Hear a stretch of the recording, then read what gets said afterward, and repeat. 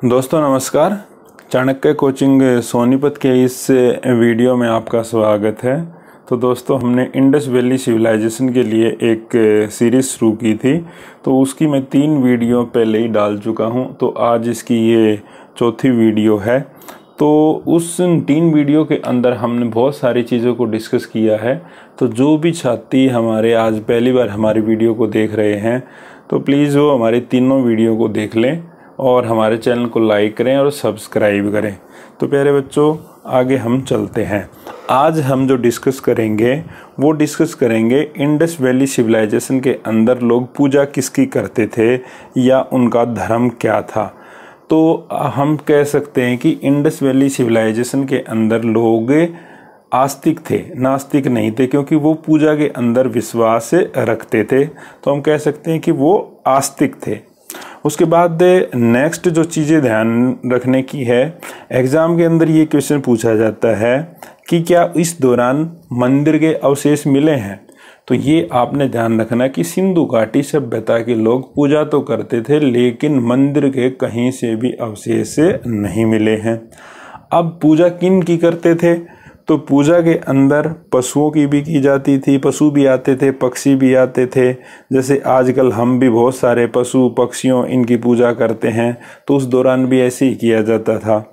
और पशुओं के अंदर जो मेन जिसकी पूजा की जाती थी, जिसको सांड या कुबड़ वाला सांड हम कह सकते हैं, तो इसकी पूजा की जाती थी, क्योंकि उस दौरान की जो मोहर हैं उन पर किसके चित्र मिले हैं, कुबड़ वाले सांड के।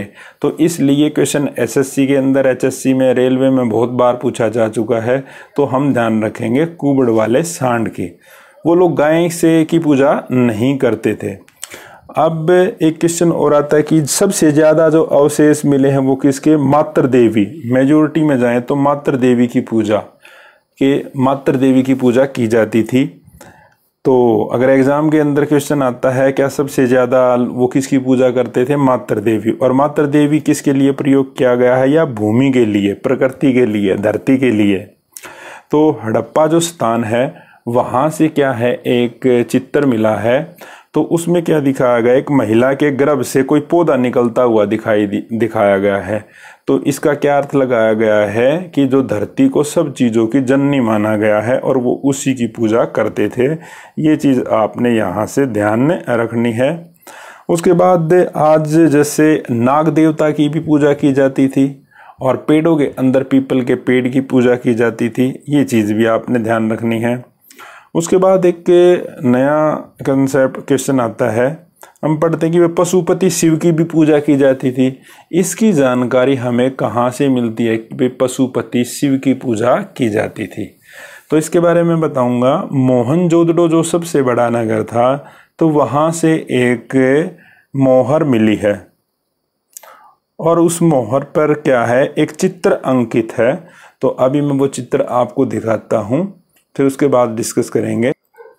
इसको देखिए बच्चों आप, ये जो एक पशुपति मोहर, ये कहाँ से मिली है, मोहनजोदड़ो से। और जॉन मार्शल थे जो उसने इसको शिव की संज्ञा दी है कि ये हिंदू देवता जो शिव है उसकी संज्ञा दी है। तो इसमें आप देखिए, इसमें एक त्रिमुखी पुरुष या त्रिमुखी पुरुष जिसके 3 मुख हैं, एक ये और एक ये। ठीक है, पीछे वाला शायद दिखाई नहीं दे रहा हमारे को। तो इसमें क्या है, ये एक पद्मासन के अंदर बैठा हुआ है और इसके सिर पे देखिए आप सींग दिखाई दे रहे हैं ये।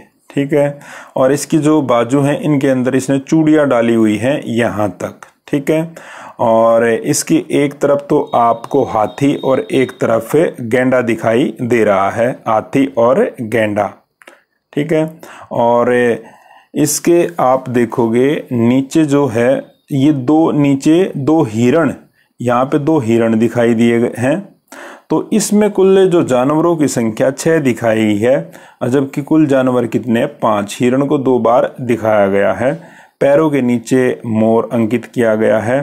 तो ये माना गया है ये पशुपति शिव, तो इसकी भी पूजा की जाती थी। तो एग्जाम के अंदर कई बार क्वेश्चन ये पूछ लिया जाता है कि ये पशुपति शिव की मोहर कहाँ से मिली है, तो मोहनजोदड़ो से मिली है। पशुओं की संख्या टोटल मिली है 5 और कुल दिखाए गए हैं 6। तो और सिर पर क्या दिखाए गए हैं, सींग। ठीक है, और इसके बारे में सबसे पहले बात किसने की, जॉन मार्शल ने। तो ये चीज़ें आप यहाँ से ध्यान में रखोगे। उसके बाद प्यारे बच्चों हम बात करते हैं इंडस वैली सिविलाइजेशन की राजधानियों के बारे में। ठीक है, तो राजधानियों के बारे में, क्योंकि हड़प्पा और मोहनजोदड़ो 2 बड़े शहर थे, तो इनको संयुक्त रूप से जुड़वा राजधानी मान लिया गया है। और ये स्टुअर्ट ने इसको ये माना है कि भाई पिगट ने कि ये दोनों संयुक्त रूप से क्या है, राजधानियाँ रही होंगी। तो ये चीज़ आपने ध्यान रखनी है। ये कई बार एग्ज़ाम के अंदर एसएससी में, एचएससी में ये पूछा जा चुका है, तो आप यहाँ से इन चीज़ों को ध्यान में रखोगे। ठीक है, बहुत ही इम्पोर्टेंट क्वेश्चन है ये।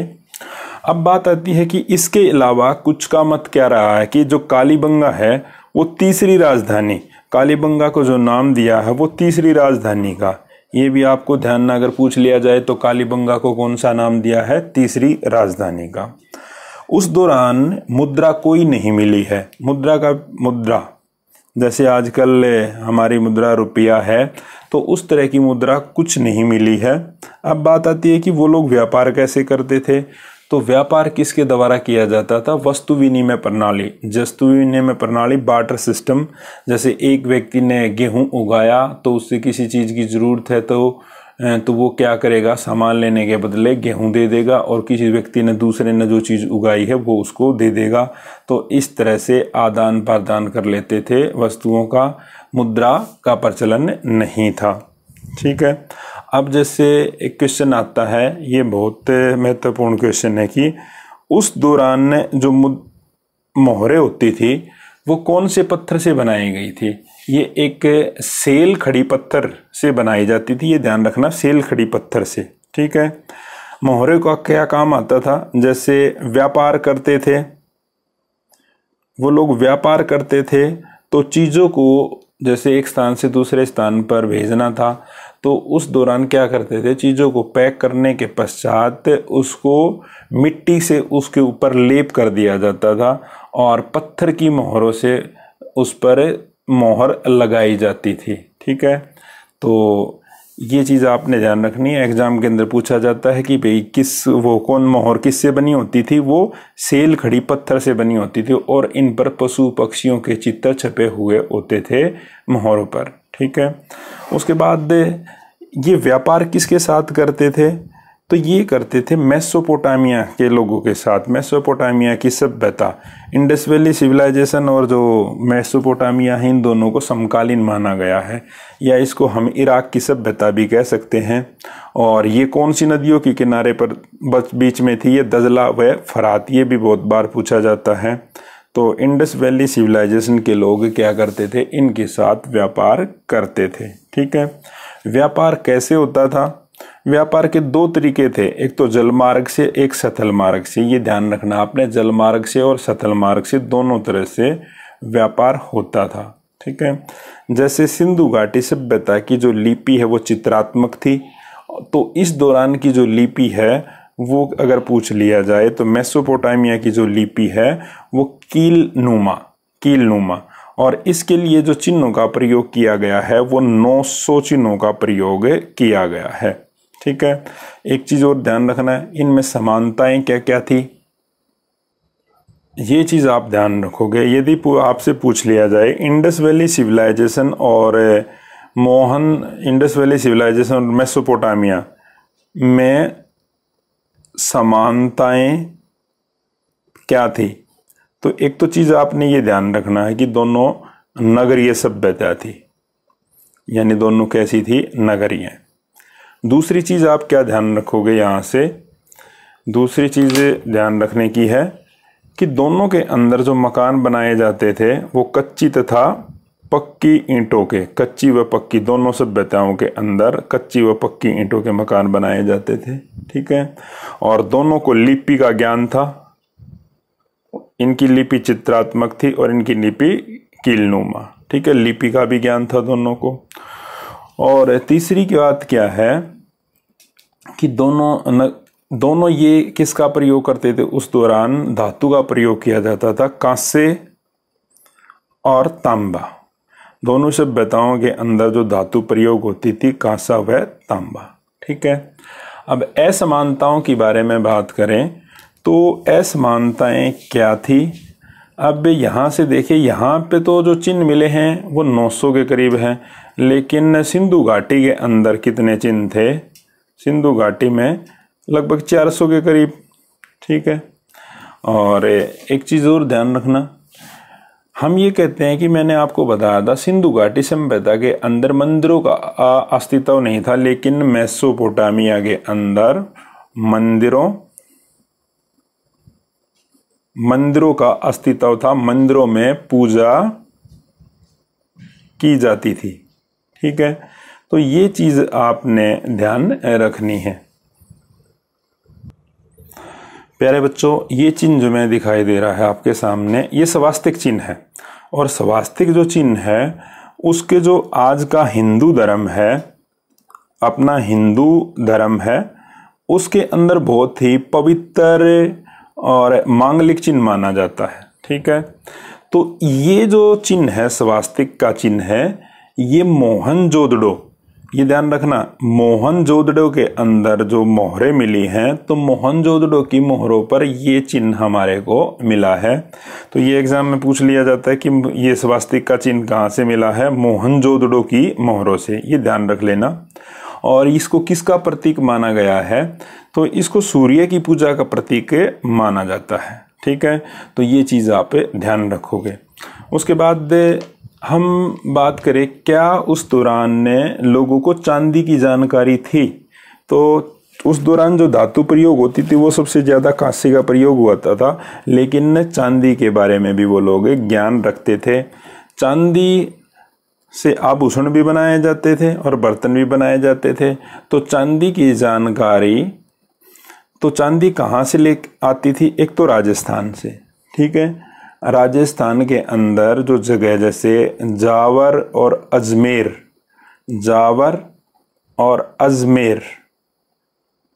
यहाँ से चांदी मिलती थी। उसके बाद दूसरी जो जगह है, एक तो अफगानिस्तान और ईरान, इन दो जगह से भी चांदी आती थी। ठीक है, तो ये चीज़ आपने ध्यान रखनी है। उसके बाद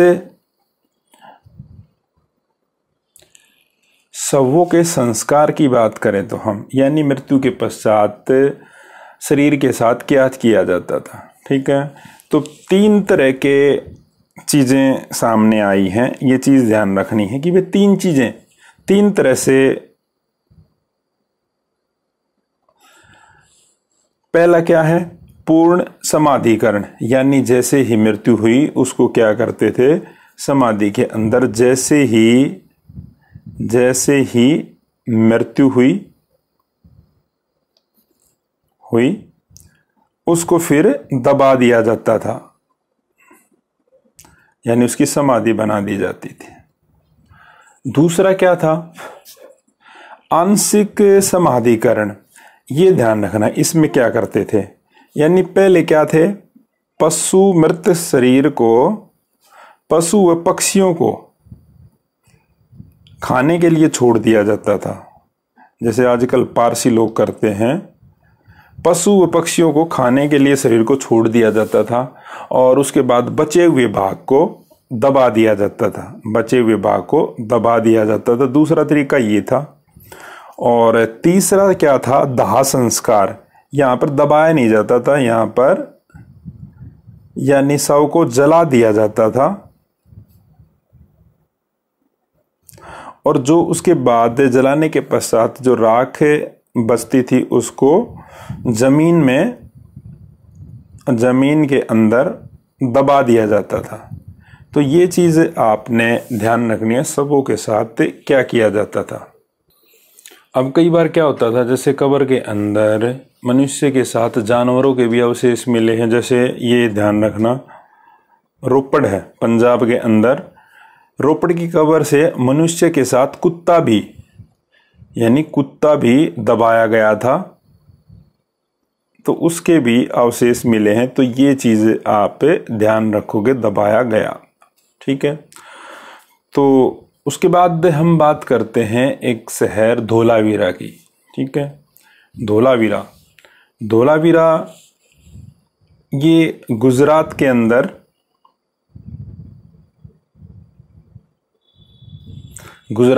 है। धोलावीरा शब्द का अर्थ क्या है? धोलावीरा शब्द का अर्थ है सफेद कुआं।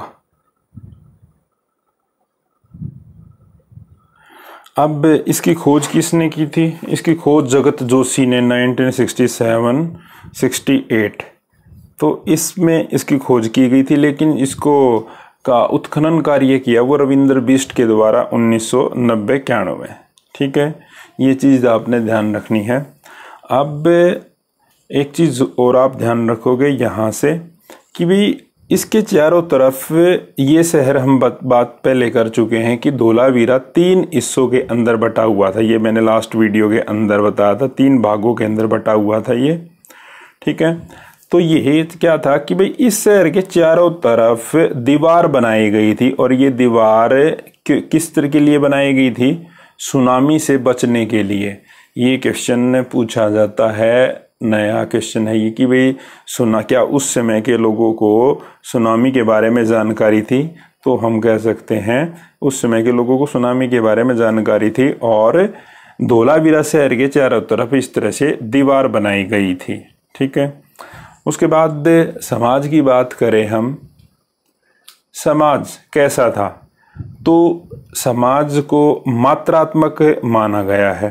ठीक है, इसके पीछे रीज़न क्यों दिया गया है कि भाई उस दौरान समाज जो मात्रात्मक था। आप देखिए, मैंने लास्ट वीडियो के अंदर बताई थी, जितनी भी ज़्यादातर जो मूर्तियां मिली हैं वो नारी की मिली हैं, महिलाओं की। तो इसलिए कहा गया है कि जो समाज था वो मात्रात्मक था। ठीक है, तो उस दौरान ने जो खेल खेले जाते थे, एक तो जैसे पासा खेल खेला जाता था, और उस दौरान योग के बारे में भी उन्हें जानकारी थी, योग के बारे में भी वो जानते थे। और ये क्वेश्चन इम्पोर्टेंट है कि भाई धातुओं के बारे में जो पूछा जाता है कि क्या वो लोहे से परिचित थे? तो लोहे से ये कहा गया कि लोहे से परिचित नहीं थे, लोहे के कोई भी साक्ष्य नहीं मिले हैं।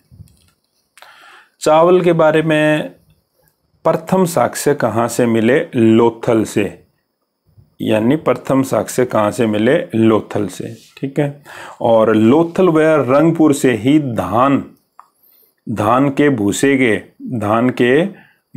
के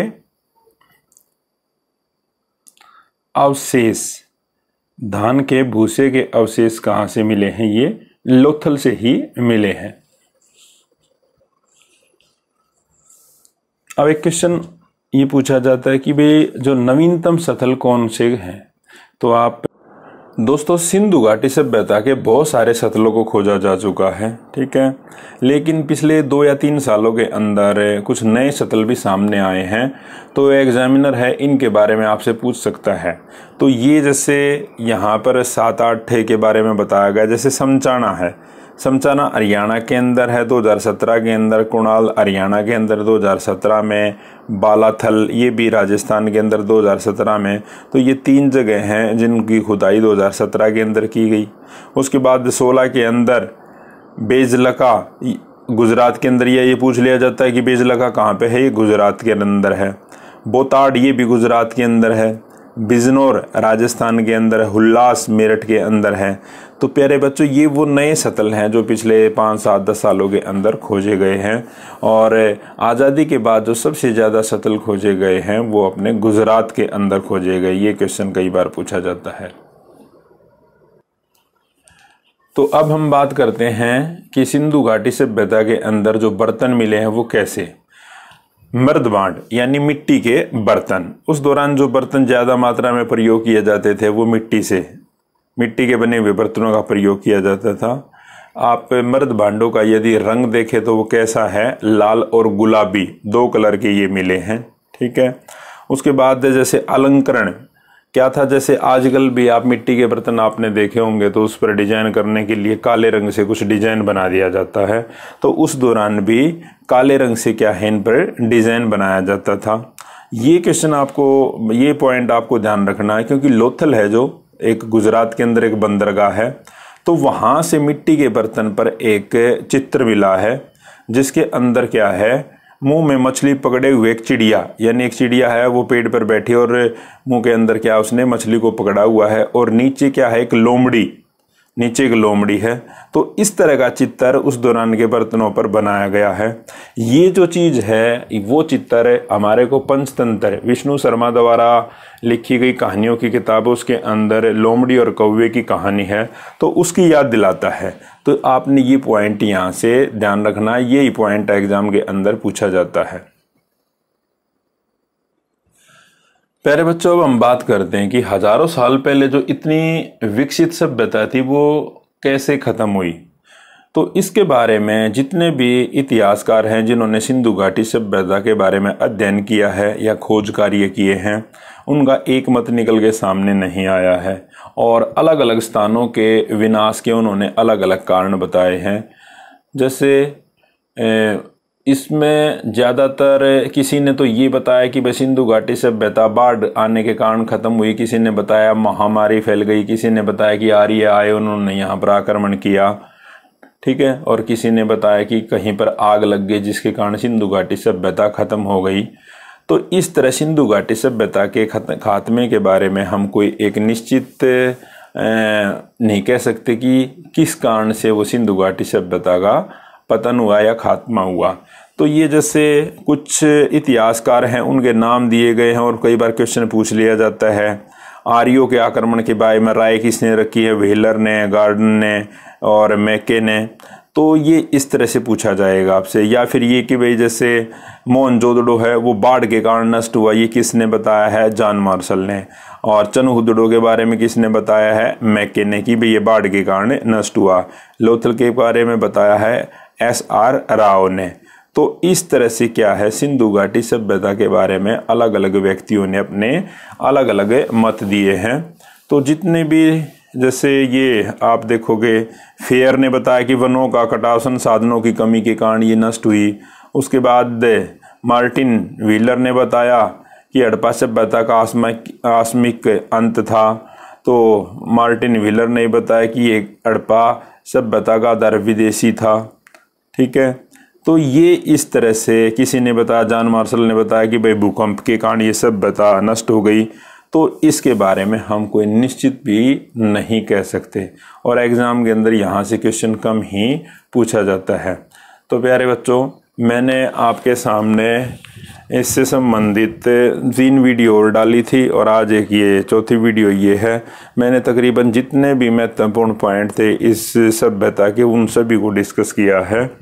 तो आपको यदि हमारी वीडियो पसंद आई तो इसको लाइक कीजिए, शेयर कीजिए, और नेक्स्ट वीडियो के अंदर मैं आपको इंडस वैली सिविलाइजेशन के ऑब्जेक्टिव टाइप क्वेश्चन जो पिछले पेपरों के अंदर SSC, HSC या सिविल सर्विसेज के एग्ज़ाम के अंदर जो भी पूछे गए हैं, तो उनके बारे में हम डिस्कस करेंगे। उससे आपको ये भी पता चल जाएगी कि आपने इंडस वैली सिविलाइजेशन के बारे में जो पढ़ा है उसके बारे में आपको कितना ज्ञान है। आप एग्ज़ाम के अंदर क्वेश्चन आए तो आप उनके आंसर दे पाओगे या नहीं। तो प्यारे बच्चों, हमारे चैनल को लाइक कीजिए, सब्सक्राइब कीजिए और हमसे जुड़ने की कोशिश कीजिए। जय हिंद, जय हरियाणा।